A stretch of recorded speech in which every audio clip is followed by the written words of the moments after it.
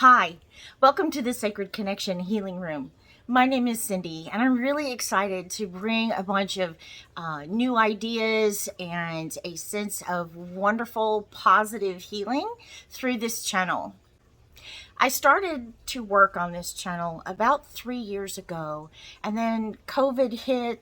So I waited a little bit, and this year I have really been working hard to try to get this up and going so that I can reach out to as many people as possible. This channel is designed pretty much for anyone who has ever really struggled with things like relationships, love, friendships, family issues, financial issues. I mean, seriously, who am I kidding? That's pretty much everybody. This is called the Becoming Unbroken series because pretty much everyone has something about them that is broken. Now, that doesn't mean that everybody is unhealthy, everybody is toxic. It just means that a lot of the times as we process things through our childhood, our teenage years, young adult, and even into midlife, there's a lot of things that happen that form our opinions and change who we are or create who we are. That sometimes includes trauma. And trauma is something that is very powerful in creating broken pieces within us. I'd like to ask you, if you could, please like, subscribe, and click that bell so that we can reach more and more people with every video. A few disclaimers before we continue. I am not a licensed therapist. I am not a psychologist, nor am I a psychiatrist. I am, however, a certified life coach, and I've been helping people do a lot of this work for many years. I finally just decided to get the certification so that I could do it in a more official capacity. The content on this channel is going to cover many different topics, mostly topics that I have gone through 25 years of therapy, a lot of failed relationships, and observing human behavior in the people around me and even on the news and worldwide. If you have found me here, then I'm hoping that you already have a professional therapist, and that you have someone that you can go to in that professional capacity. Some of the topics that we will cover could be triggering, and if that is the case, then please stop the video. Do not continue to watch. Address it with your therapist, and then you can come back when you feel a little bit more settled, a little bit more comfortable with the topic, so that you can learn a few things about how to heal from whatever these triggers are. Because triggers really are just our body and our mind telling us that there's something broken in here and we need to look at it. We need to explore this. This process is not easy or fast. It's also very emotional as you go through the process. It takes time and the willingness to heal so that you can become better and more healthy. What I discovered on this journey is that you have to break some more before you can heal. But it is worth every single second for you to become a better version of you.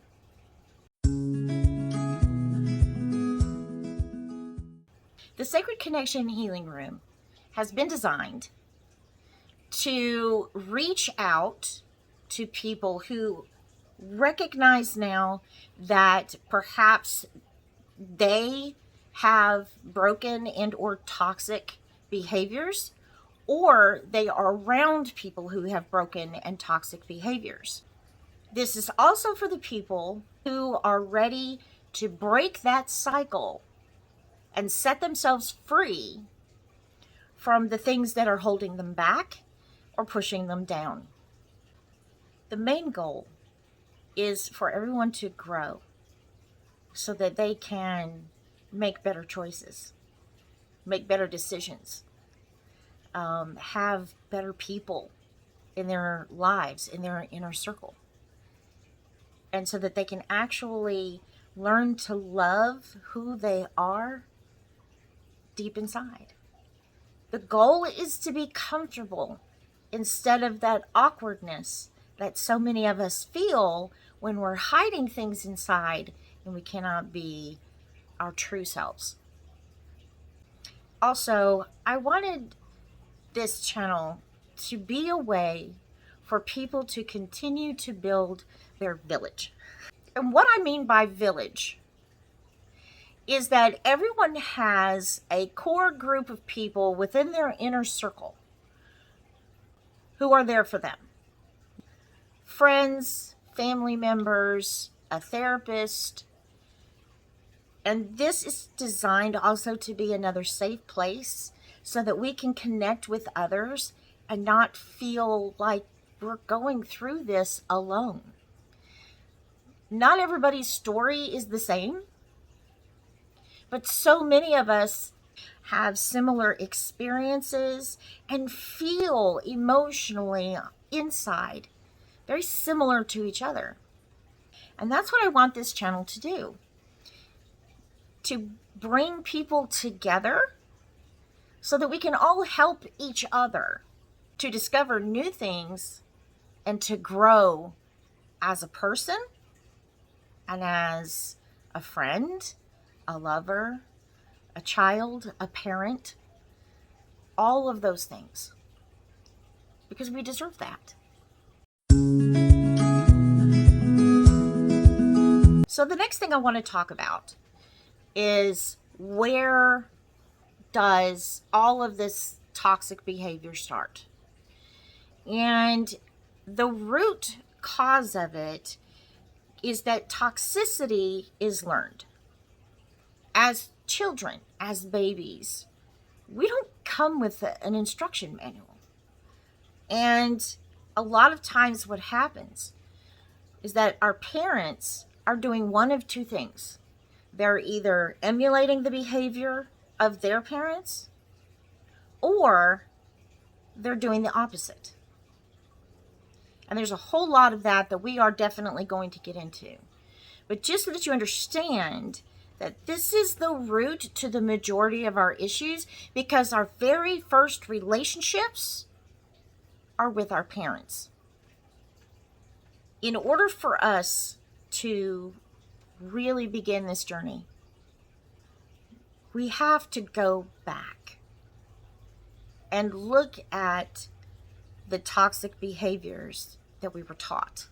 The toxic behavior is just this incredible, infinite cycle. And it's going to take a lot of us to realize, hey, we need to maybe break this cycle, because look at what I'm doing to my kids. Look at what I'm teaching them. You see, children aren't born full of hate. The majority of us are able to go back to the root and figure out how to change from there. We have to purge negative emotions in order for us to understand better. One of our first steps is to realize that our parents are just as much victims of this cycle. And they're making decisions based on what they learned. And their parents made decisions based on what they learned.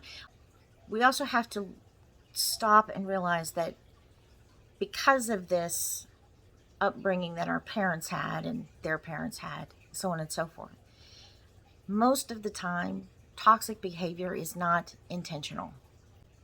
If we can just find ways to step back and take a look at our lives, and even maybe our parents' lives, or whoever it is that was instrumental in bringing you up from the time you were a child, and we come at it with an attitude of love and forgiveness instead of this anger and hatred, intolerance, and an attitude of unforgiveness,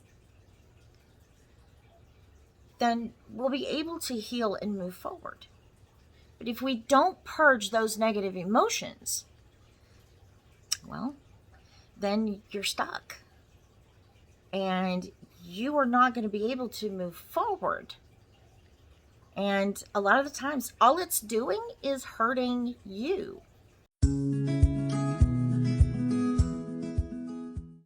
I want to tell you a little bit more about me, like who I am and how did I get here and what inspired me to do this channel to begin with.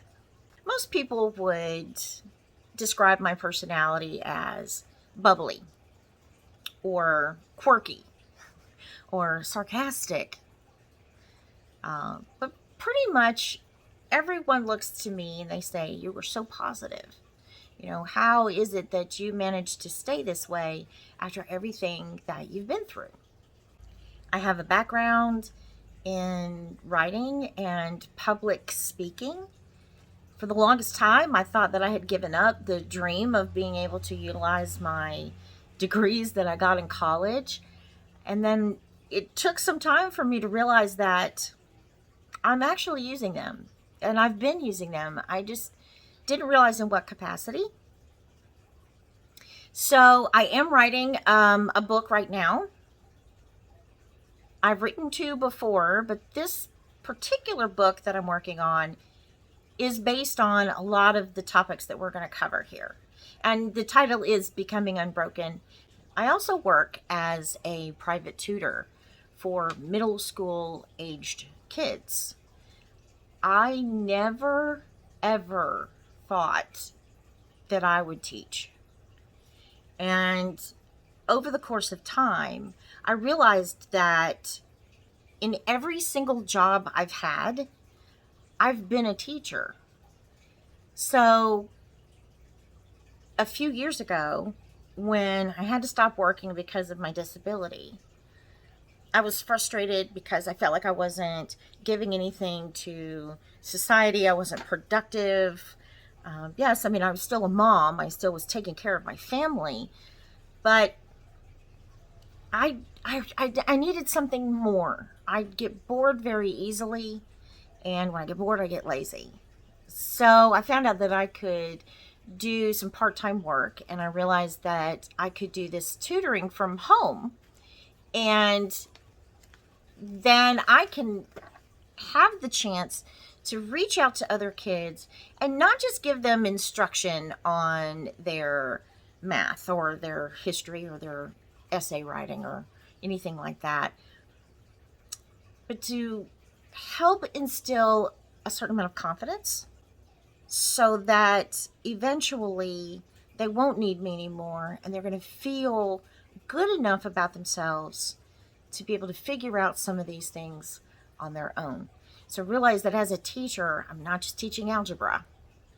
I'm teaching them how to have enough self-esteem and enough self-love to go after those challenging things in school and in life from here on. I mentioned that I do have some disabilities. I have been suffering with them for about 15 years. They are progressive, chronic, painful things that I have learned to not allow to define me as who I am and what I believe in. And sometimes I look at them more of as a challenge of learning how to live my life, finding joy in so much because I took so much for granted when I didn't have these disabilities that kind of limited me. Another thing that you'll figure out about me is I'm very tenacious. I don't give up easily. So that also goes with the disability. I'm always trying to find new ways so that I can work with the disabilities and find ways to not have to take a lot of mind altering drugs or to be completely reliant on doctors and pharmacists to make me feel better. And this was a huge piece of this journey. And finally, the last thing about myself, at least for this particular video, is that I have always been a psychic medium, but that was not considered to be a good thing while I was growing up. Before I was speaking actual English words and was still in the baby babble stage, I was speaking to spirits. My mom knew this, my sisters knew this, and I think even my dad knew this. But according to my dad, that made me a freak, made me weird. Other people would think of me as being evil. This was a challenge. And so growing up in the 70s and 80s, this was something that I learned to push down. And I didn't tell people about it because it would freak people out. So I had to deny this piece of me and keep it squashed down and hidden. And I realized that when I've talked with a lot of people who want to go through this journey, that a lot of them have similar abilities and felt the same way that I did. They were told that it's not okay to be this way. Fortunately, in today's society, it's a little bit more accepted than it was back then. So I don't mind admitting it. I don't mind telling people about it. I don't just walk around and go, oh, I'm a psychic medium, I can talk to dead people. That's not who I am either. But anybody who wants to be in my life has to understand that that is a part of me. And if they don't like it, then they don't need to stick around. Doesn't mean I'm going to talk about it all the time or do it in front of them. But there are times when I can't stop it. So people that are going to be in my life have to accept it as a part of who I am instead of me hiding it from people anymore.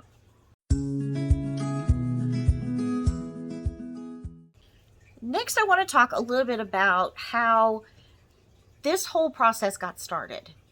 Now, I started seeing a therapist back when I was 24 and have definitely continued to have therapy off and on, mostly on, for about 25 years.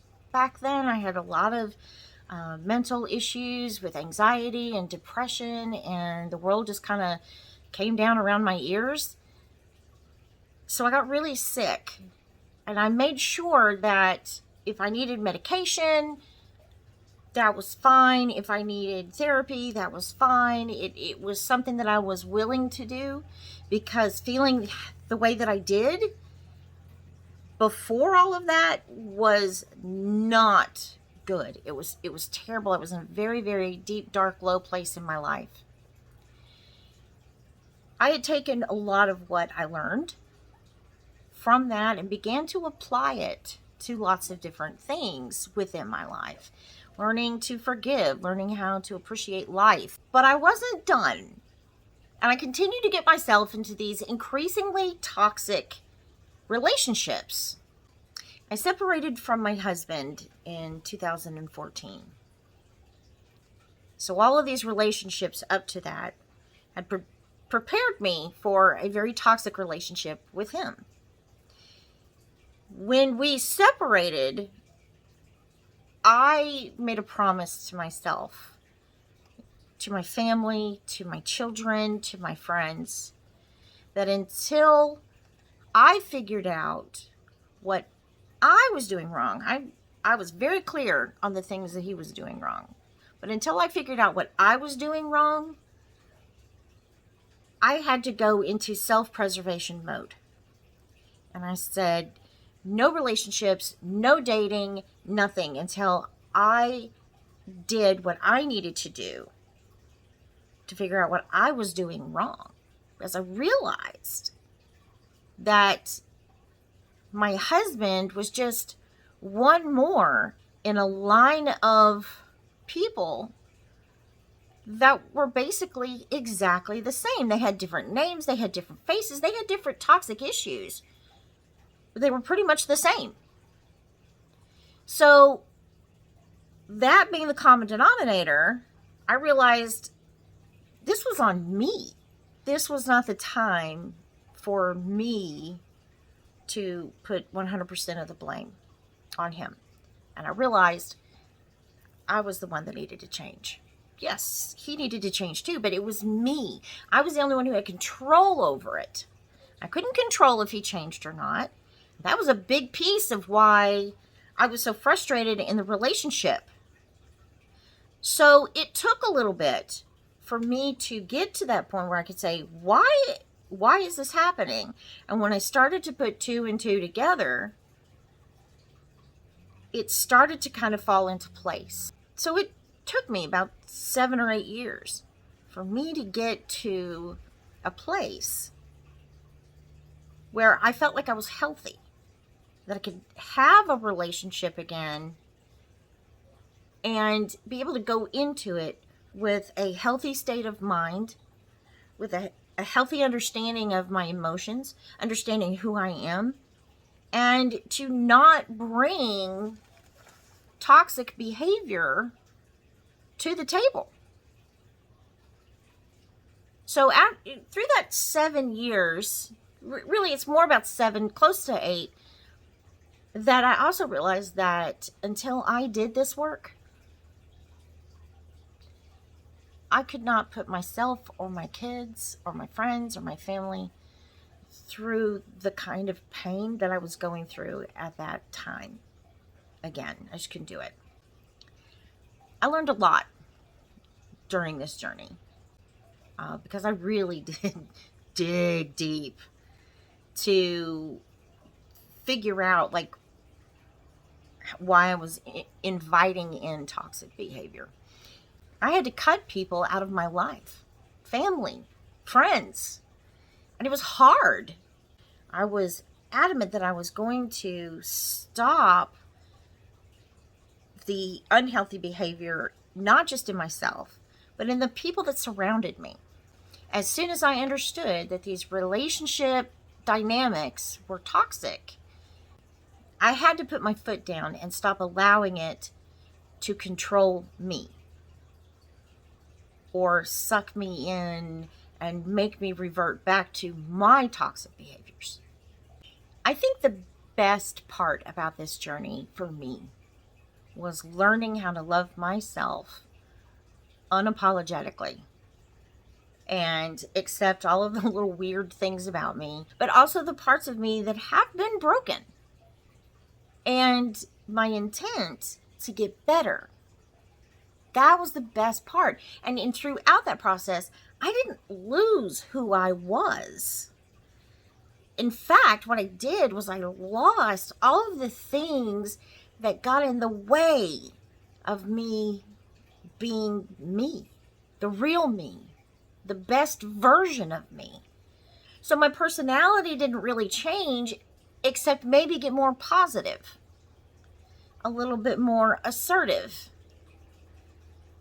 But I gained a new respect for myself and so much love for not just myself, but with that attitude of loving and forgiveness, I was able to learn how to see past a lot of the things that make other people toxic.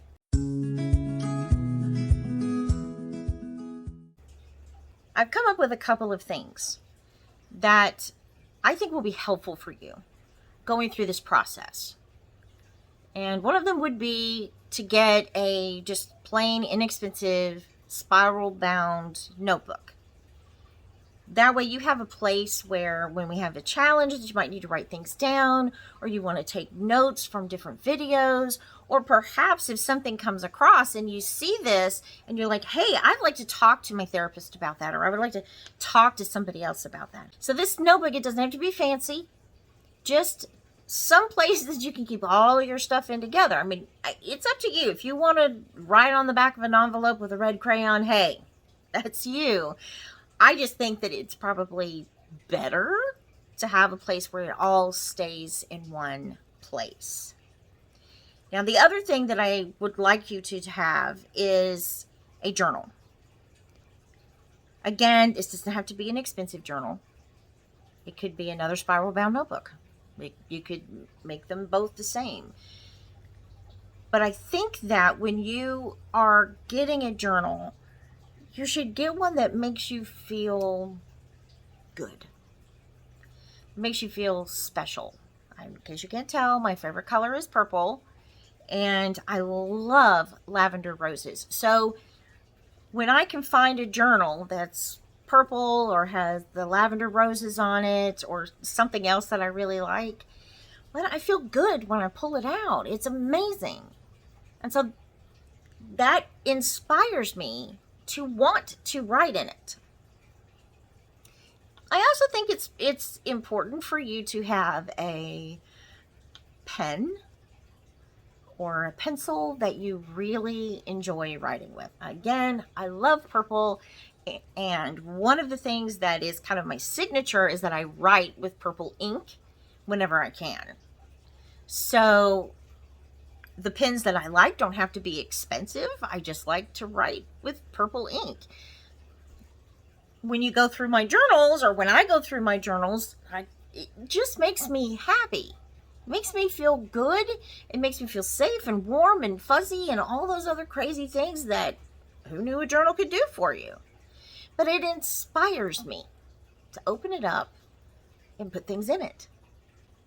As for the other things that I think you should have in order to go on this journey, you need to have an open mind. If you are closed-minded about healing or getting better, that doesn't mean that you're going to want to do every single thing that we talk about, every single challenge. But if you are serious about this process of healing, you need to have an open mind to look at things differently. If you have a closed mind, then I don't think that this journey is for you, at least not yet. The other thing you need to have is a sense of humor. I will laugh and joke and kid around, and a lot of the things that we're going to do are going to be fun. There'll be funny stories about our learning experiences. A lot of us can laugh about some of the goofy things that we've done in the past, and we're like, oh, wow, regrets.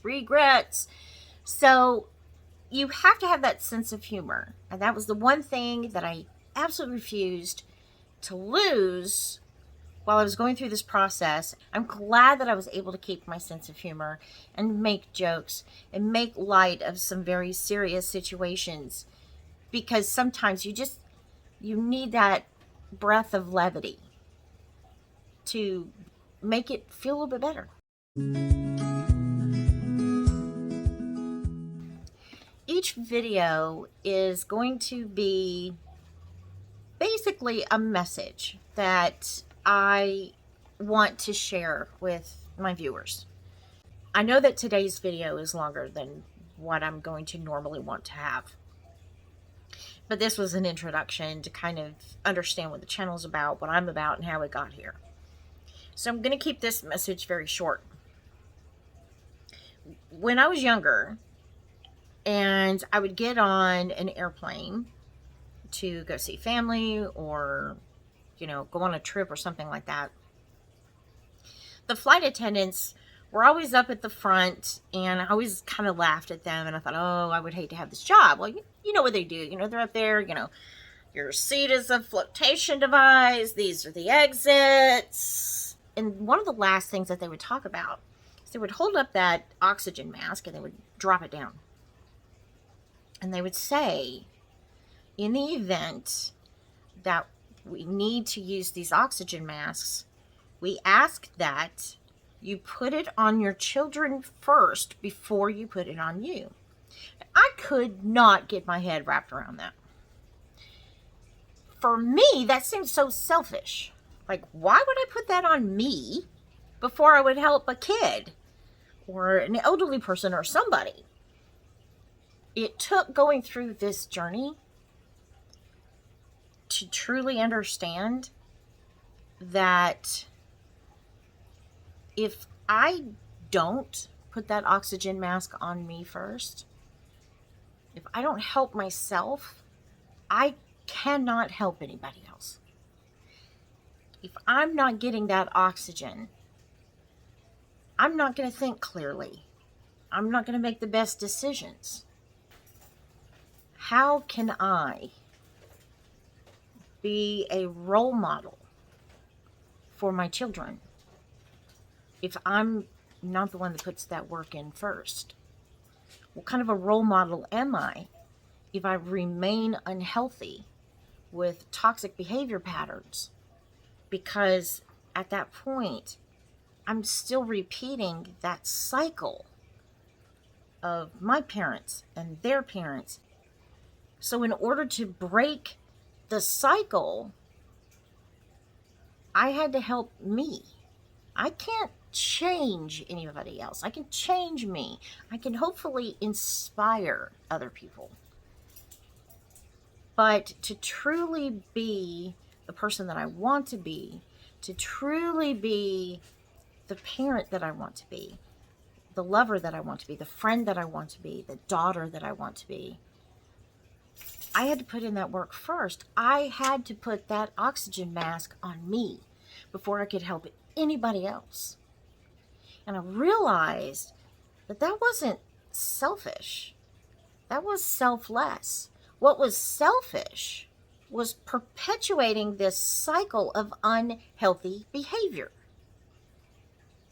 So that's what I want to leave you with today is I hope that you have that desire to take that oxygen mask and put it on and help yourself so that every single step that you take, every breath that you take, you are a better version of you.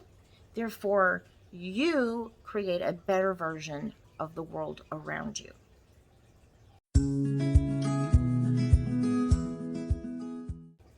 I mentioned earlier that every video I'm going to have a challenge for people. These will be, for the most part, they'll be fun, maybe a little soul searching, but challenging. And I'm really excited about it because I've spent a lot of time thinking about the things that really helped me or things that I think might help other people to do with these challenges. So they're designed to help you grow. If you want to do them, that's great. If you don't want to do them, that's fine as well. But they're there just in case. So today's challenge is I want you to get out that notebook. Now, I will also have these questions below in the description. I believe that we have a few fundamental questions to answer before we really jump off and get going on this journey. Now, the questions may seem very simple at first, but I want you to maybe even answer them twice. Answer everything on a superficial level, and then come back a couple of days later and answer it on a deeper, more soul-searching level. So the first question is, who am I? Who am I? Based on your past and present experiences, where you are in your life at this point. And again, you can do the superficial things. You can say, well, I'm a mom, I'm a teacher, I'm many of these different things. Then you can go back and figure out like some of those deeper things, like, who am I? I'm talented at this. I cry at movies and I'm not sure why. Those types of things. So think of it on a superficial and then start to dig a little bit into that. Like, who am I really? The second question is, who do I want to be? So this one, where the first one is focused on the past and the present, this one is focused on the future. Where do I want to go from here? Who do I want to be in a month, in a year, in 10 years?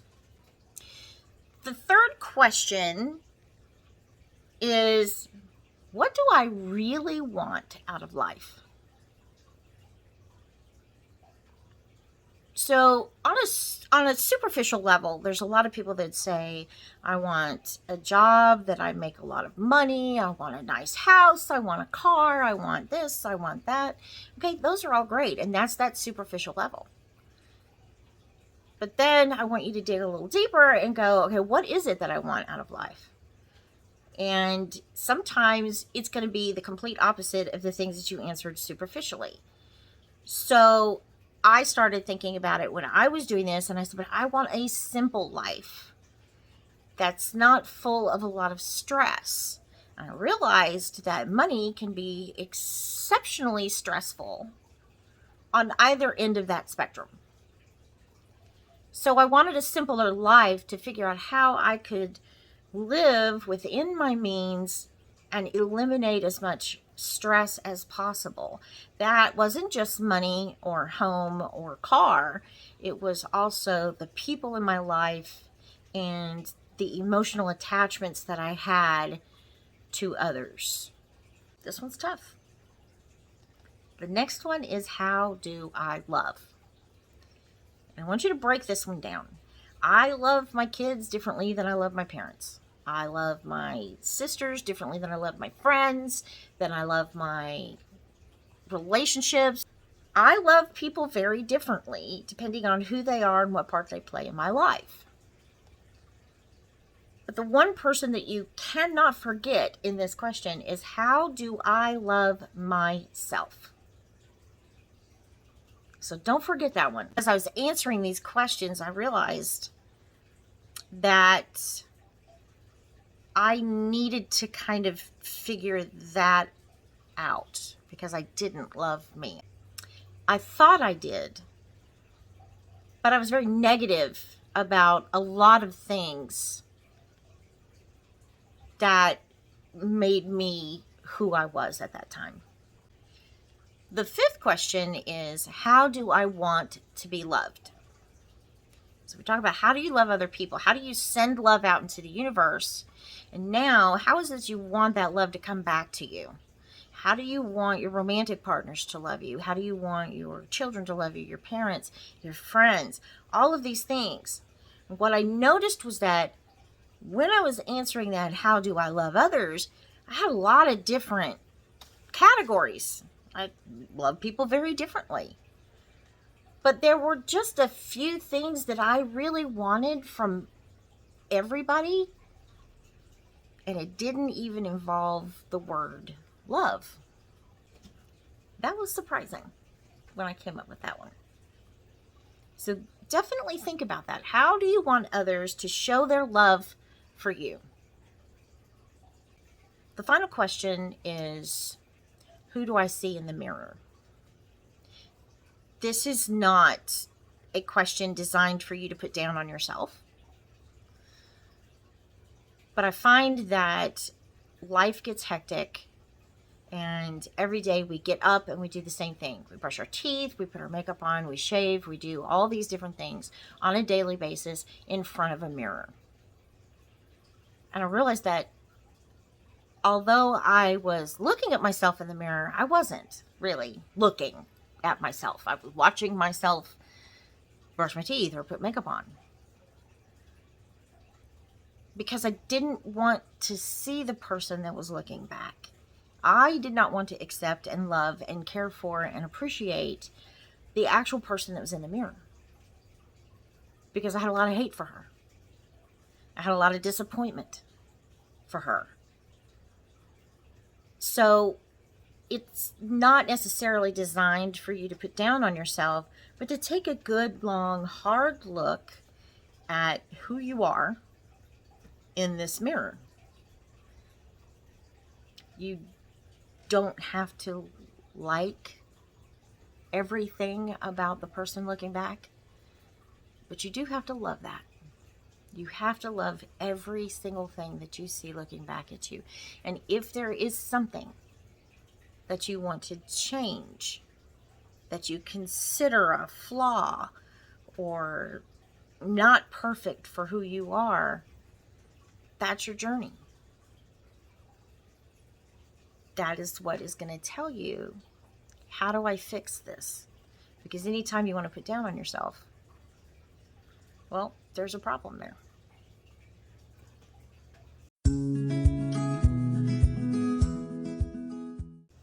Okay, thank you guys so much for hanging out with me today and listening to my stories and about my ideas for this channel. I am so excited to be a part of something that can be beautiful and allow people to grow into their very best version of themselves. And of course, again, please like, subscribe, and click that bell so that we can continue to bring more and more great uplifting videos for more people out there. I am so excited to work with everybody on becoming their most beautiful and authentic best self. And through that process, I'm hoping that you too can find a way to become unbroken. See you soon.